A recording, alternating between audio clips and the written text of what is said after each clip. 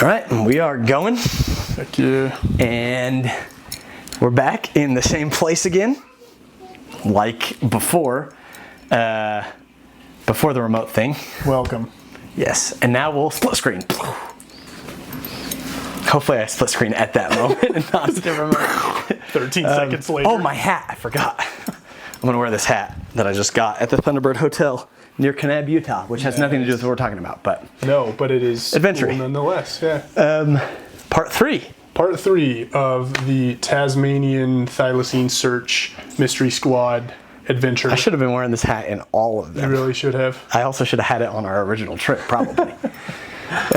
Cool. So we talked about this episode as the one where we're going to kind of finish up our story and then talk about like what's next, right? Yeah. So do you remember where we were? Yeah, last thing we got to was we're at the restaurant in Mole Creek and talking to the owners, getting stories. Yes. That's where we were. And talking to that weird old guy before we went in. Yeah.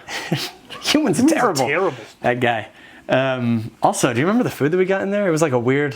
Oh, they have hamburgers with beets on them, right? You got that. I hate beets, so I got something else. I actually don't know if I got that. I think I got it was like a breakfast sandwich. I think I got like a BLT while I was there. Okay. Yeah.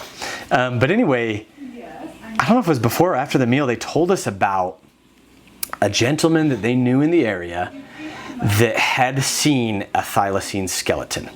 And of course, there's no way to know if it was 100 years old by the time he found it or something, but for whatever reason, it gave us the idea that it was like maybe a recently deceased animal. Mm-hmm. And even then, it would be important to check it out. And what I remember is that he maybe approached the local museum about it and they like kind of mistreated him. Yeah. Is what it seemed like. He had taken, I think, some teeth from the skeleton and took them to whatever university is in Hobart. Yeah. And asked them to like analyze it. And they were like, yeah, these are thylacine teeth. Where'd you find them? And he was like, let's have the teeth and then we'll talk about whether or not I'm going to tell you what They didn't give him the teeth back. They never returned the teeth. They never returned the teeth, therefore they never got to know where the location is. Isn't that just like silly? That's weird, like power play. Yeah, which is something that we've actually heard like anecdotally, of course, about some of the organizations in Tasmania when it comes to the thylacine. And I know that there are like conspiracies that they know the thylacine's still out there, but they have to keep it secret from the public, which it's like, I don't know of any reason why they would do that. The closest thing to that makes any sense to me are the ones that involve, logging companies 50 years ago. Sure. It's just like, we really want to log this land. Yes. And if you come here saying you found a thylacine, you're going to leave not remembering your name. Yeah, totally. So. Which makes you kind of think that, like, if there was something going on like that, there'd be a paper trail to uncover. Sure. I could definitely see... knowing the kind of history of the thylacine and how they went extinct and how it was kind of a misinformation campaign against them, that they were eating sheep and they were eating chickens, even though that like really didn't happen very often. Maybe the mining companies were behind it. Sure, yeah. Because mining was a huge industry in Tasmania at the time, and logging has always been. And it makes you kind of wonder if somebody was behind that sort of stuff, because I mean, not that corporations would ever do anything dishonest to fill their pockets with money. That's fantasy, obviously. Nor would governments ever be complicit. Yes, in such an that endeavor. would never happen. No. In the history of any country. Trust your government. Follow blindly. Dun dun dun dun dun. I don't know. Well, someday we'll have an outro too, and we could have played it for comedic effect as if that was the end of the podcast. But yeah, do you remember anything else about that specific guy? All I remember is that this one was like 4 months before we had been there, so it was like recently. Very That's recent. right. And I think the reason that we had a notion that the skeleton was not a really old skeleton is that the guy who found it. Like, this is the owners of the restaurant telling us that the guy who found it told them that it seemed like a recently decomposed skeleton. Yeah. And in that area, right, around Mole Creek, I think is what they were saying. And it was really cool to just be going through Tasmania and hearing people's anecdotes that you don't necessarily find online. Yeah. Because I have a book that says that it's a pretty comprehensive list, but then you'll talk to the people in the area, maybe sightings that they never reported to anyone, where they're like, oh yeah, my uncle, he totally saw one, or one ran across the road, or hit one on the road, or anything like that. And it's kind of fun to track those down, like, oh, he stuffed it and he had it, but then it got sold in the estate sale, and all those things like that, which is funny. But kind of, that's a different type of work that we might want to do as well. As much as going out into the woods with trail cams is, I think, an effective way to see if the thylacine's still alive. Looking into governmental corruption or a paper trail that may or may not exist could be also a way to confirm that there's still stuff going on. Because if there are people out there that know about it and that are hiding it for certain reasons, though I feel like that's unlikely, I definitely am open to the possibility of that. That could be an effective way to as well try to crack the mystery. Totally. Not everything that... Good night, guys. Night. Love you. Sleep good. There's babies in this house. Not just us. Just kidding.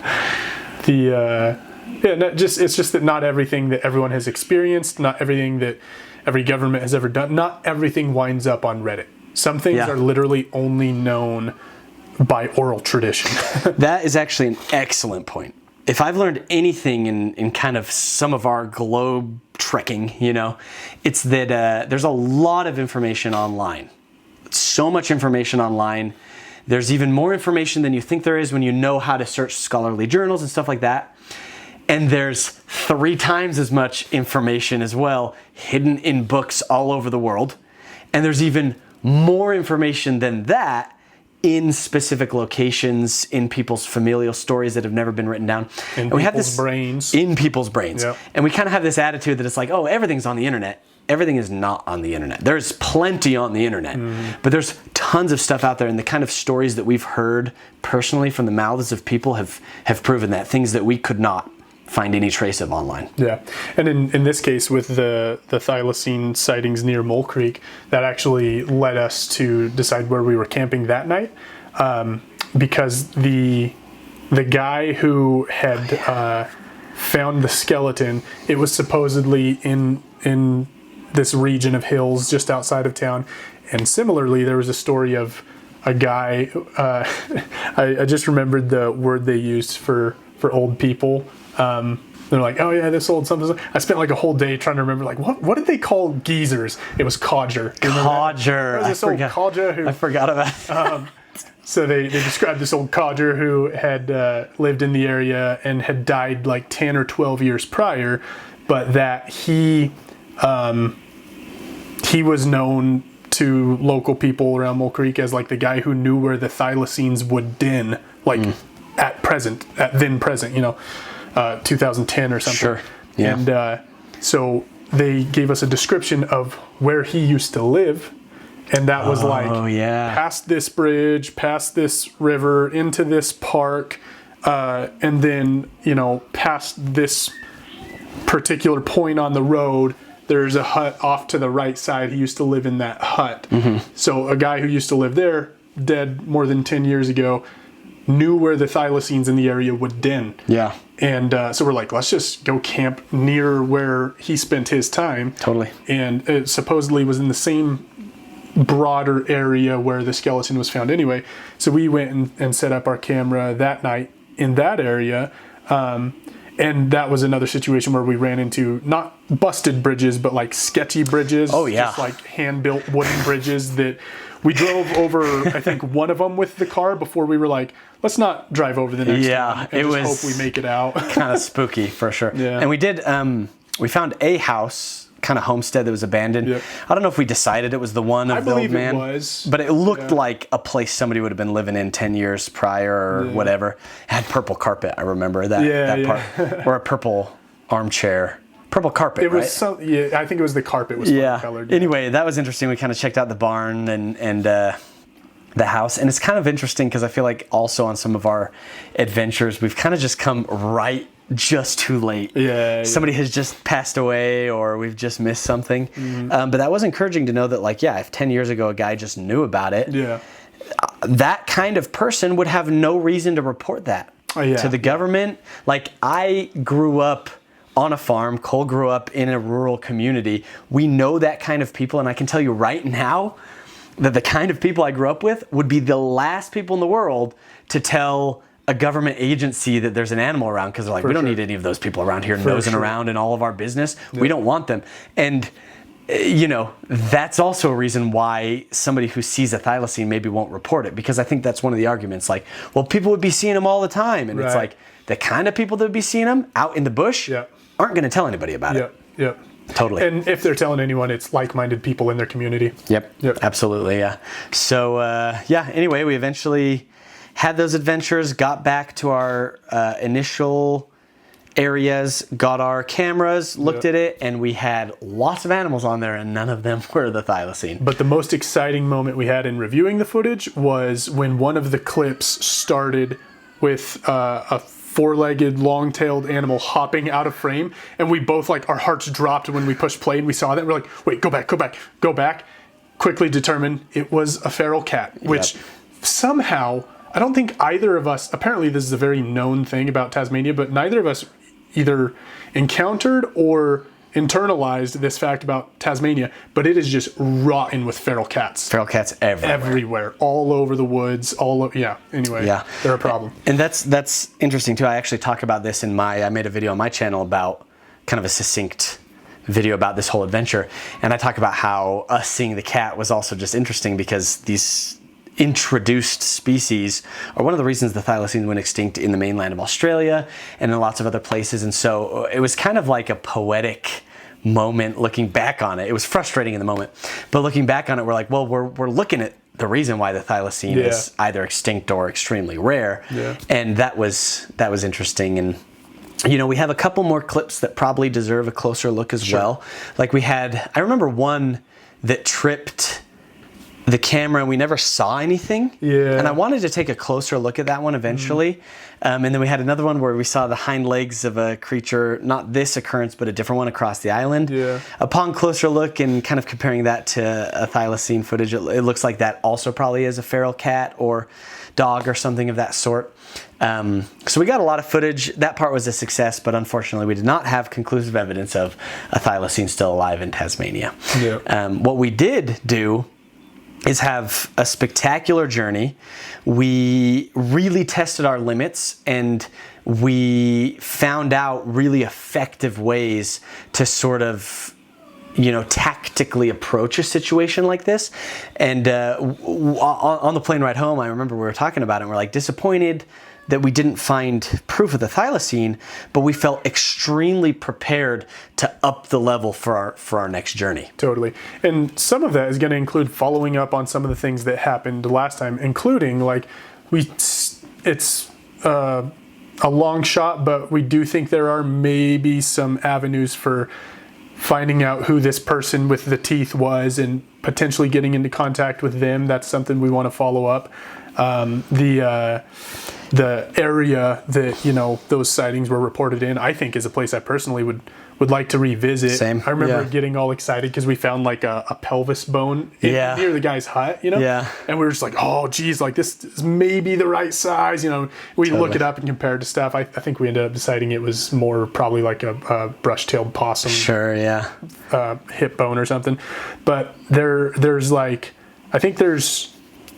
stuff to stoke the imagination out there, but also probably like a kernel of truth of actual experiences or encounters with these animals there, and more surely I think in the Tarkine where we set up our stuff originally. I'd like to go deeper into that, leave cameras for longer. I'd like to do all that, but that is not the last hope. That's not what we would stake everything on. That's not the last place we want to look for the thylacine.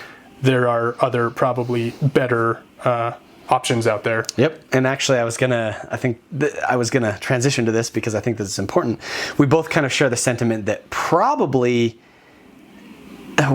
somewhere between somewhat likely and probably there are thylacines still in Tasmania, but both of us feel extremely strongly that for sure there are living Tasmanian tigers in Papua New Guinea.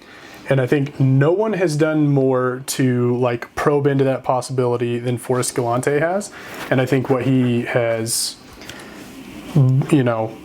discussed publicly about it Yeah. is like very important and very promising. And it's got me convinced that it's like worth looking into for sure. Totally. And also, Cole's probably not going to name drop it, but Cole just had a call with Forrest Galante and talked to him for a while to report about a video that Cole made on his other channel, Skeptics, that you guys should definitely check out.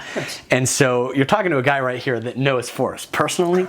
So he wasn't going to say it, personally. but I'm going to say it. He gave me the time of day, and I was very appreciative to have that conversation. Yeah, and also just cool to be working on the same sort of stuff. But if you would like to just like summarize the Papua New Guinea stuff, I feel like you've done a little bit more research, and mine has been much more cursory. So if you want to go into that, yeah, honestly, not a ton. But what it really comes down to is that in both Papua New Guinea and Western Papua, there have been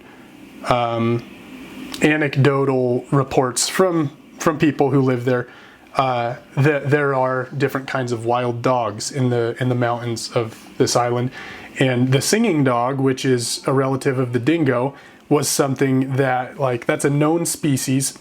It was, I think it's I actually just watched Forrest's video on this recently. It's an older video, but I just got around to it. I think he was saying that it was rediscovered recently. It was known, but it was thought to maybe be extinct or something like that. Okay. If that's the case, whatever the case is, they're now actively studying the species and specimens in the wild. But the locals also are, at least some of them, aware of a wild striped dog that lives in the mountains too. And I think the stories of that are more commonly coming from Western Papua, which is where Forrest is focusing his attention.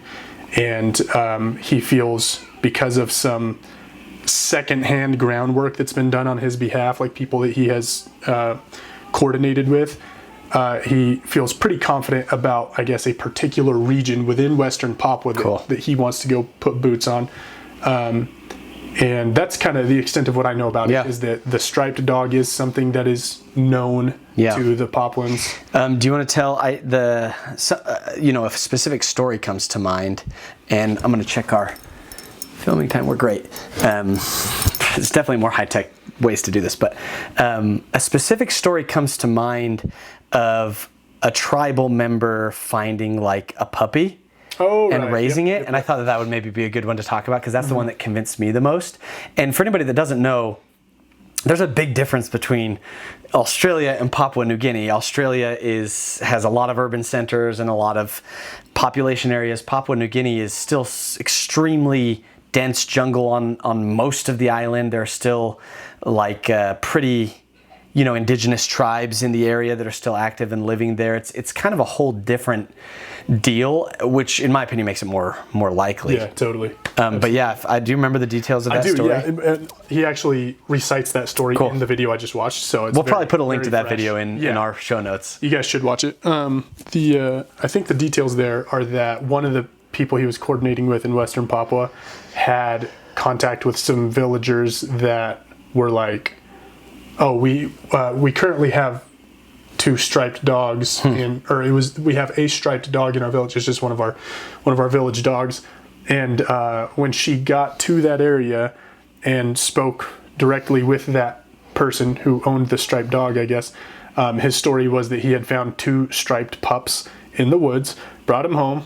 One of them died pretty quickly. He raised the other one, but that one, just before she had reached the area, after the news of its existence reached her, but before she reached it, that one had gotten into a conflict with one of the other dogs in the village, and it got killed. So they made use of it, they ate it, and what was left was just a small assemblage of charred bones. And Forrest believes that he was able to identify a Thylacine's jaw in the little... That's pretty convincing. Yeah. Mm-hmm. And I feel like, why is there not a government-funded expedition?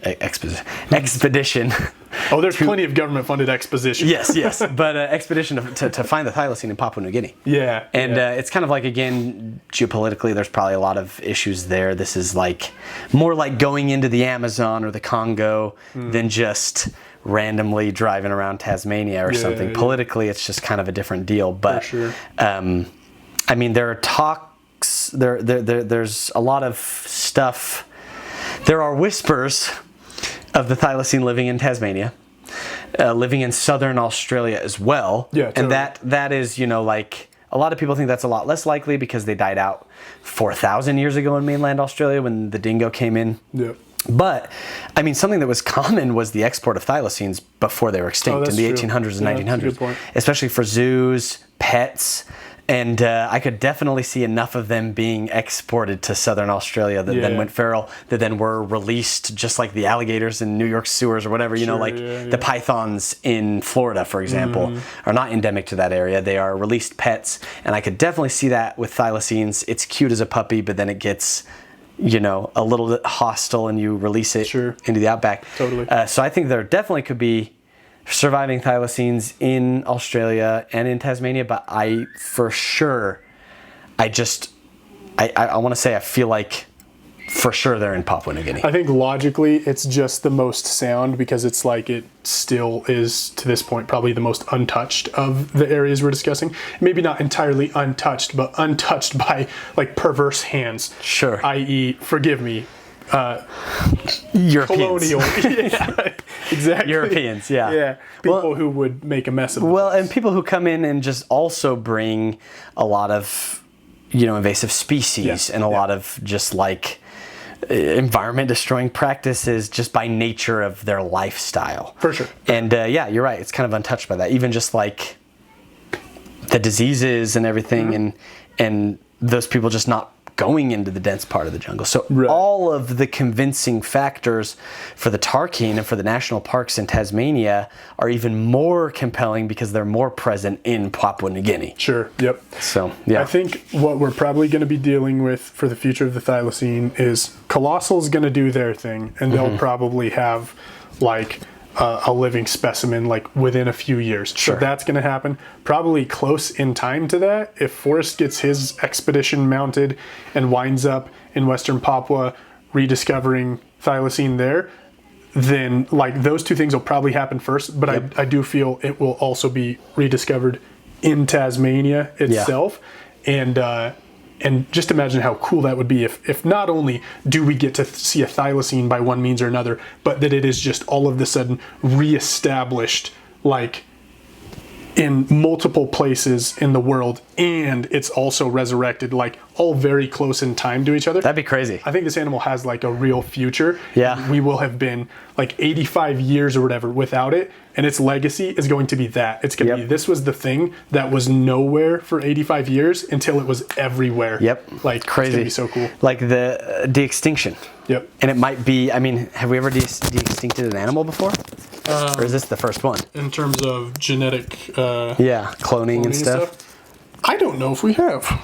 Because if this is the first one, it also is just like a cool symbolic step of like, we're rectifying our mistakes.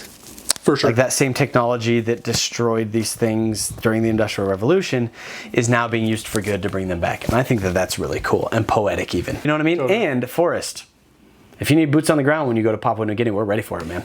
Mm-hmm. Pay our way and everything. Sorry, we'll pay our way. I didn't make that clear. Yeah, pay our way and everything, and we'll be there.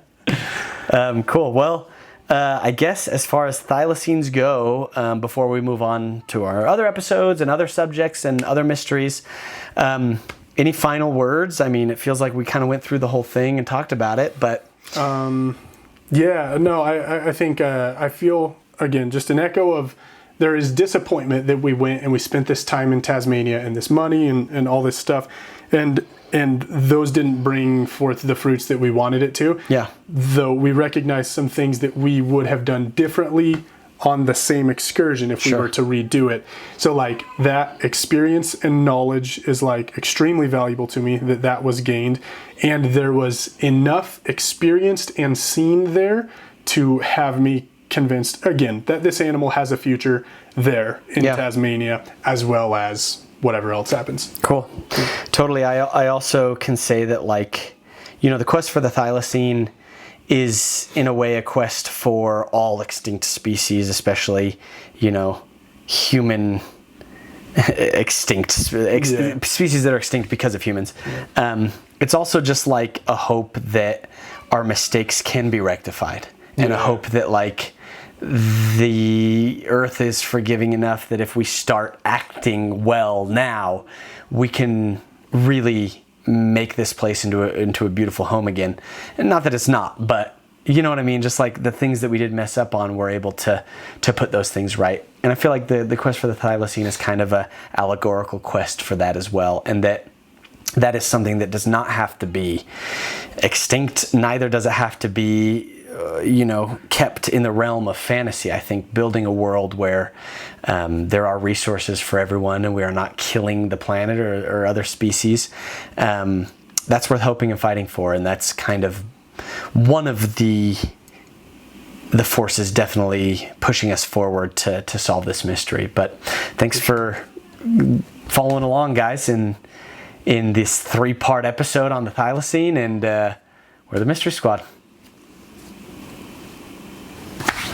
All right. I dig, man. I dig. Sweet. Yeah, that's right at 26 minutes. Perfect. Nice.